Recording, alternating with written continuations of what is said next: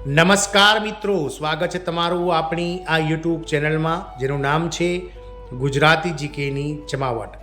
તો રાજ્ય સરકાર દ્વારા જે યુવાઓનો છે કે જેઓ પ્રાઇવેટ કંપનીમાં, ઔદ્યોગિક ક્ષેત્રમાં વગેરેમાં કામ કરી રહ્યા છે, જેઓનું સંખ્યાબળ રાજ્યમાં કરોડોમાં છે અને જે કામદાર વર્ગમાં આવી રહ્યા છે તેવા શ્રમિકો અને કામદારો માટે લઘુત્તમ વેતનની ગેરંટી રાજ્ય સરકાર દ્વારા જાહેર કરવામાં આવી છે।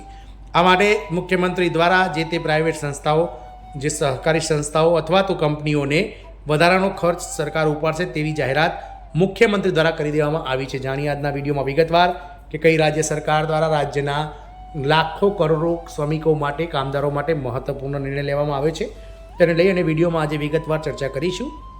તો વિડીયોના અંત સુધી આપ બન્યા રહો। જો આપ અમારી ચેનલમાં પહેલીવાર વિડીયો જોતા હોય, નવા સબસ્ક્રાઈબર હોય તો અમારી ચેનલને લાઇક, શેર અને સબસ્ક્રાઈબ કરવાનું ભૂલશો નહીં, જેથી કરી આવા કામદારો વર્ગના જે સમાચારો છે, પગાર વધારાના સમાચારો, તે અમારા ચેનલના માધ્યમથી તમને સરળતાથી ઉપલબ્ધ થઈ જાય। તો વાત કરીશું મિત્રો ઉત્તર પ્રદેશની। તો ઉત્તર પ્રદેશના મુખ્યમંત્રી શ્રી યોગી આદિત્યનાથ દ્વારા મોટી જાહેરાત કરવામાં આવી છે, જેમાં ઉત્તર પ્રદેશમાં યુવાનો માટે લઘુત્તમ વેતનની ગેરંટી જાહેર કરાઈ છે। હવે કંપનીઓનો વધારાનો ખર્ચ સરકાર ઉપાડશે તેવી પણ જાહેરાત મુખ્યમંત્રીએ કરી હતી।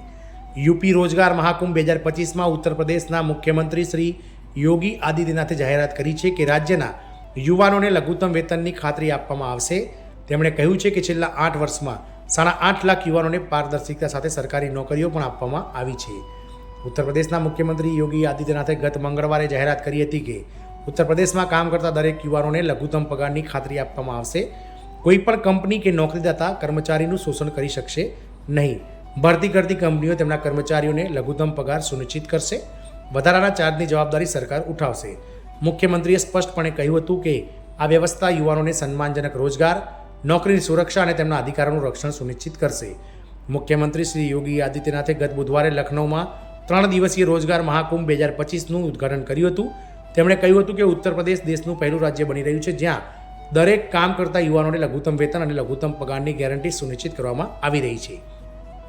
ઉત્તર પ્રદેશની સૌથી મોટી યુવા વસ્તી આ રાજ્ય માટે સૌભાગ્ય છે। આજે યુપીની પ્રતિભાની દેશ અને દુનિયામાં માંગ છે અને જે રાજ્યને એક સમયે રોજગાર માટે સ્થળાંતરનું દુઃખ સહન કર્યું હતું તે આજે રોજગાર પ્રદાન કરી રહ્યું છે। ઉત્તર પ્રદેશનું દ્રશ્ય સ્થળાંતરથી તકમાં બદલાયું છે। મુખ્યમંત્રીએ કહ્યું હતું કે એક સમયે આખા ગામડાઓ રોજગાર માટે રાજ્યમાંથી સ્થળાંતર કરતા હતા, પરંતુ આજે એ જ ઉત્તર પ્રદેશ પોતાની અંદર રોજગારની તકો પૂરી પાડી રહ્યું છે। આ કાર્યક્રમ પ્રધાનમંત્રી નરેન્દ્રભાઈ મોદીના રોજગાર મિશન અને વિકસિત ભારતના સંકલ્પનો એક ભાગ છે। દરેક યુવાનોને તેમની લાયકાત અનુસાર કામ મળે તે મહત્વપૂર્ણ છે।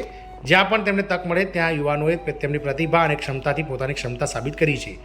મુખ્યમંત્રીએ વધુમાં કહ્યું હતું કે વન ડિસ્ટ્રિક્ટ વન પ્રોડક્ટ એટલે કે ઓડીઓપી યોજના દ્વારા રાજ્યમાં પરંપરાગત સાહસોને નવી ઓળખ આપવામાં આવી છે।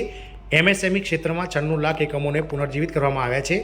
કોરોના સમયગાળા દરમિયાન જ્યારે 40 લાખથી વધુ સ્થળાંતરિત કામદારો પાછા ફર્યા ત્યારે આ એમએસએમઈ એકમોએ તેમાંથી 90% લોકોને રોજગારી આપ્યો હતો અને તેઓ હજુ પણ તે સિસ્ટમ સાથે જોડાયેલા છે। એમએસએમઈ એકમોને 5 લાખ રૂપિયાનું વિમા કવચ મળી રહ્યું છે। સીએમ યોગીએ કહ્યું હતું કે રાજ્ય સરકાર દ્વારા એમએસએમઈ યુનિટ રજીસ્ટર કરાવનાર ઉદ્યોગ સાહસિકોને 5 લાખ રૂપિયાનું સુરક્ષા વીમા કવચ આપવામાં આવ્યું છે। દરેક યુનિટ 2 થી 10 યુવાનોને રોજગારી પૂરી પાડી રહ્યું છે અને રાજ્યમાં લાખો અને કરોડો લોકોને સન્માનજનક કામ મળી રહ્યું છે। આનાથી પ્રધાનમંત્રી નરેન્દ્રભાઈ મોદીનું વોકલ ફોર લોકલ અને આત્મનિર્ભર ભારતનું સ્વપ્ન સાકાર થઈ રહ્યું છે।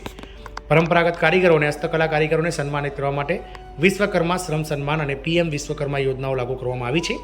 સુથાર, કડિયા, લુહાર, સુવર્ણકામ, કુંભાર, મોચી, વાણંદ જેવા પરંપરાગત કારીગરોને મફત ટૂલકીટ, સસ્તા દરે લોન અને તાલીમ આપવામાં આવી રહી છે। 24 જાન્યુઆરી 2025ના રોજ શરૂ થયેલી મુખ્યમંત્રી યુવા ઉદ્યોગ યોજના હેઠળ 21 થી 40 વર્ષના વયના યુવાનોને ગેરંટી વિના વ્યાજમુક્ત લોન આપવામાં આવી રહી છે। અત્યાર સુધીમાં 70,000થી વધુ યુવાનો આ યોજનામાં જોડાયા છે અને તેમના ઉદ્યોગો સ્થાપ્યા છે। 8.5 લાખ યુવાનોને સરકારી નોકરી મળી છે। સીએમ યોગીએ કહ્યું હતું કે છેલ્લા 8 વર્ષમાં 8.5 લાખ જેટલા યુવાનોને પારદર્શિતા સાથે સરકારી નોકરી આપવામાં આવી છે। પોલીસ વિભાગ, શિક્ષણ, આરોગ્ય, કૃષિ, પીડબ્લ્યુડી અને યુનિવર્સિટીમાં પણ મોટી સંખ્યામાં નિમણૂકો આપવામાં આવી છે। ઉત્તર પ્રદેશની ગણતરી દેશના સૌથી મોટા રાજ્ય તરીકે થાય છે, જેણે આટલા ઓછા સમયમાં આટલી મોટી સંખ્યામાં યુવાનોને સરકારી નોકરી આપી છે। મુખ્યમંત્રી યોગી આદિત્યનાથે જણાવ્યું હતું કે છેલ્લા 8 વર્ષમાં 33થી વધુ ક્ષેત્રીય નીતિઓ લાગુ કરવામાં આવી છે। ઇન્વેસ્ટ યુપી પોર્ટલ, નિવેશ મિત્ર અને સિંગલ વિન્ડો પ્લેટફોર્મ દ્વારા એક પારદર્શક વ્યવસ્થા બનાવવામાં આવી છે। પરિણામે 15 લાખ કરોડ રૂપિયાથી વધુના રોકાણો જમીની સ્તરે આવ્યા છે અને 60 લાખ યુવાનોને રોજગારી મળી છે। મુખ્યમંત્રીએ કહ્યું હતું કે આ રોજગાર મહાકુંભ યુવાનો અને ઉદ્યોગને જોડવાનું એક પ્લેટફોર્મ છે. આ ફક્ત નોકરીઓ જ નહીં પરંતુ નવી ટેકનોલોજીની વધુ માંગ મુજબ તાલીમ અને અભ્યાસક્રમો પણ નક્કી કરશે. તેમણે કહ્યું છે કે જ્યારે કામદારો અને ખેડૂતો ખુશ હશે ત્યારે દેશ અને રાજ્ય ખુશ હશે. એકવાર આ સુનિશ્ચિત થઈ જશે પછી વિશ્વની કોઈપણ શક્તિ વિકસિત ભારત અને વિકસિત ઉત્તર પ્રદેશને રોકી શકશે નહીં. આમ યુપીમાં સરકાર દ્વારા જે છે તે યુવાનોને લઘુત્તમ ગેરંટી આપવામાં આવી છે, લઘુત્તમ વેતનની. જય હિન્દ, અસ્તુ.